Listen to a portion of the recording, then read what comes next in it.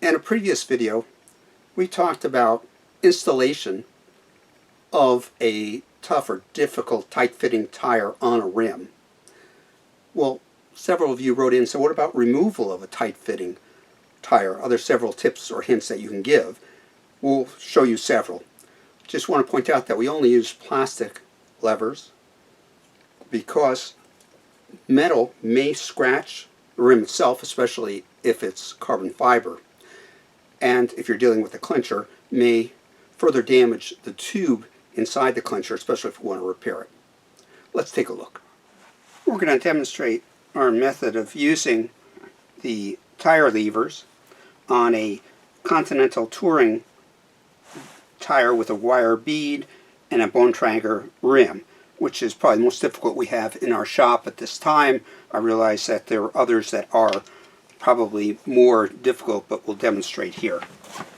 Normally, what we would do is try to get that lever under the bead and hook it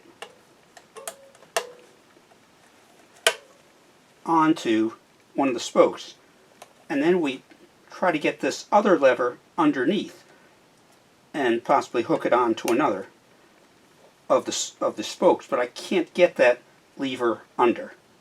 So here's what I do. The first thing I'll do, the valve at the bottom here, I'll shake the tire to the middle of the rim, releasing it from the hook of the wheel rim itself, and keep doing that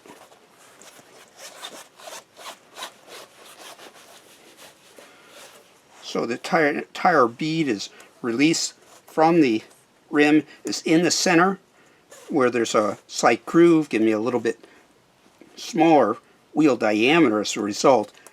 I'll take one lever, hook it under the bead. Make sure I just have one bead, not the other side. I'm pulling just on one of the beads, otherwise I'd see the lever sticking out that side. And then instead of hooking it on, leave it in. Move about 6 to 8 inches away. Hook this one in, again making sure it's hooked on just this bead. Looking at the other side, it's not hooked on both beads. And then both together, we can snap the bead over, and I can start to remove the tire from the rim. If you're dealing with a clincher, our next step will be to remove the tube itself, and you can grab it opposite, here's the valve, opposite to the valve. With your fingers, roll it up and out.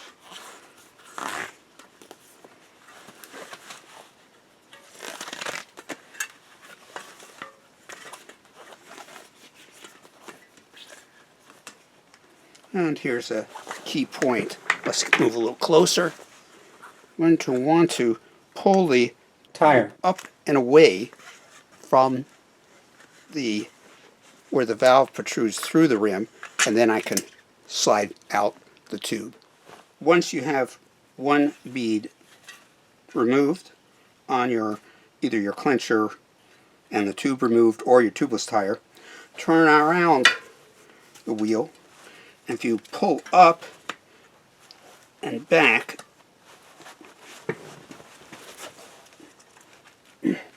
push down, we should release the other bead and remove the tire completely.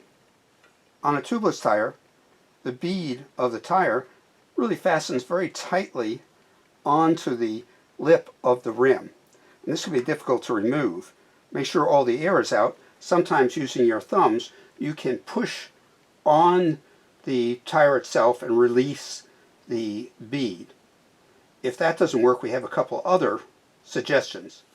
In my shop, we'll take a 2x4, but if you're out in the road, just look for a rock, a railroad tie, or even a step, or whatever you can find, Make sure that the disc is facing upward so we don't damage or bend the disc. Rest the wheel on the tire, not the rim, away from the valve. Take your foot, push down. While you're pushing down on the tire, pull up on the rim.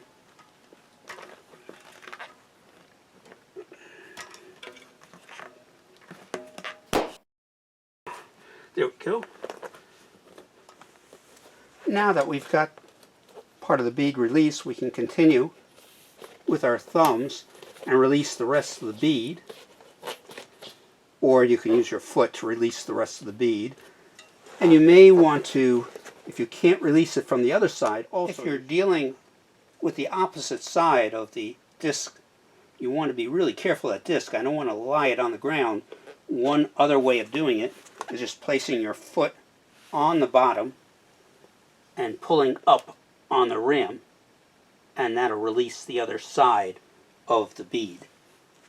Once you have the bead unseated from the lip of the wheel itself, go ahead and move the bead on both sides towards the center all the way around. This moves the bead into a central groove of the rim. It gives it a little smaller circumference and it makes it a little easier to remove the tire. In some cases you can pull that tire up and over to release at least one or both beads. I can't do it in this case, so I'll rely on using my tire levers as we showed you at the beginning of the video. If you have further suggestions on removal of a tight-fitting tire on a rim, please comment below so we all can become educated and learn something more. Please subscribe to keep up with our latest videos. This is Tony at 2010 Speed. Safe cycling.